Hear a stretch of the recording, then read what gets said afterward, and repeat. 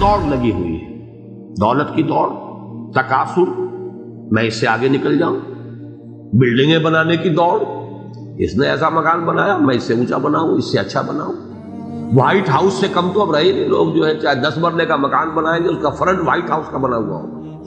یہ لوگوں کی کم ظرفی اور کمینگی کا عالم، در حقیقت وہ اپنے ظرف کی چھوٹائی کو ظاہر کرتے، لیکن دوڑ اس سے کی ہے، دنیا کی دوڑ ہے، اس میں لگے ہوئے۔ فرمایا دوڑ کرنی ہی ہے تو اس میں کرو، یہ نعمت، یہ کامیابی، فی ذالک فلیتنافس المتنافسون۔ دیکھیے اس میں ایک انسان کی طبیعت اور اس کی سرشت جو ہے اس کی حقیقت کو لیا گیا۔ انسان میں یہ مادہ ہے، وہ آگے نکلنا چاہتا ہے، ایک دوسرے سے آگے نکل، یہ انسان کے اندر ہے مادہ، جس کے اندر جو جتنا زیادہ، ایک ہے مردہ قسم کے لوگ زندہ ہیں لیکن مردوں کی طرح کہ ان کی بات میں نہیں کر رہا، جو زندہ لوگ ہیں ان کے اندر مادہ ہے مسابقت، آگے بڑھو۔ قرآن مجید نے صرف یہ کیا ہے کہ اس مسابقت کا رخ بدلو،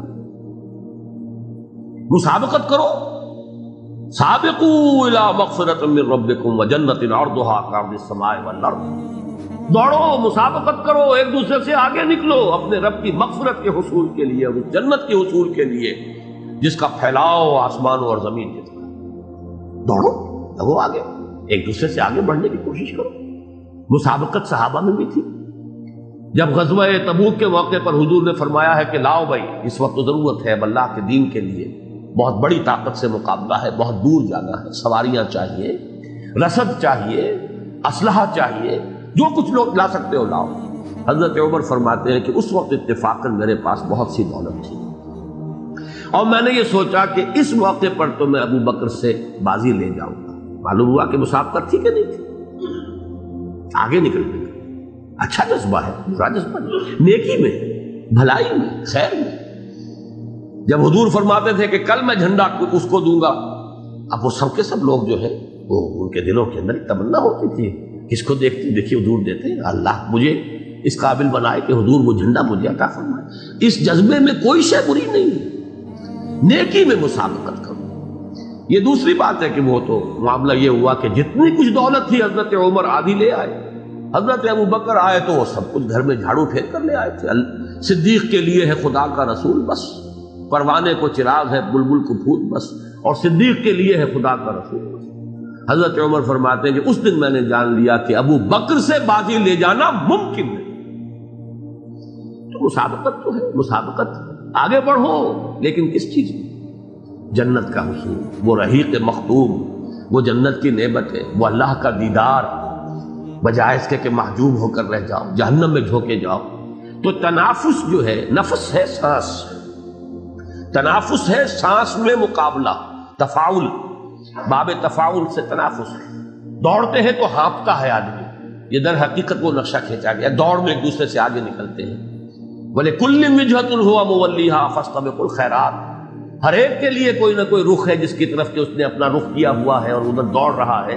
تو اے مسلمانوں تم دوڑ لگاؤ نیکیوں کی طرف، خیرات کی طرف، حسنات کی طرف، بھلائیوں کی طرف۔ فاستبقوا الخیرات، دوڑو۔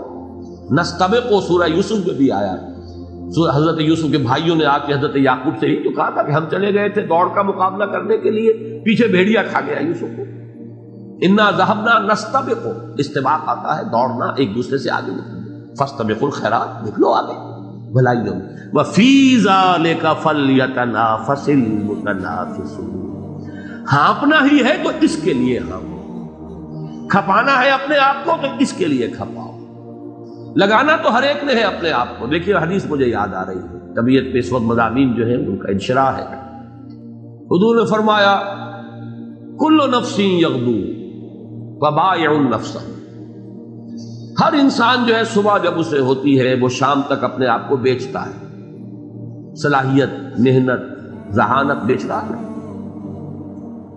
وکیل اپنی ذہانت بیچ رہا ہے، قانونی مہارت بیچ رہا ہے، ڈاکٹر اپنا فن بیچ رہا ہے، سرجن اپنی سرجری بیچ رہا ہے، سبزی والا اپنی سبزی بیچ رہا ہے، وہ بیچ ہی رہے، سبھی بیچ رہے ہیں، وقت بیچ رہے ہیں اپنا۔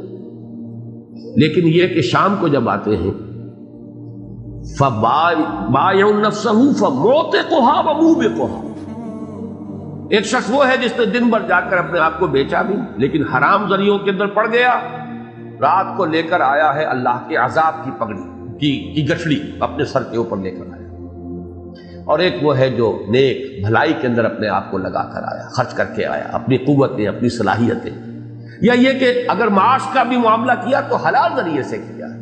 فَمُوْتِقُہَا، وہ گویا کہ جہنم سے رہائی کا پروانہ لے کر آیا ہے۔ دونوں آ رہے ہیں گھروں میں، لیکن یہ کہ وہ لے کر آیا ہے گناہوں کی گٹھڑی، وہ لے کر آیا ہے عذاب جہنم کی گٹھڑی اپنے سر کے اوپر، یہ لے کر آیا ہے جہنم سے رہائی کا پروانہ۔ دونوں کو جان تو کھپانی ہے۔ یہ جو دونوں کو جان کھپانی ہے، یہ ہے اگلی سورت کا مرکزی مضمون، یا ایھا الانسان انک قادح الی ربک قدحا فملاقہ۔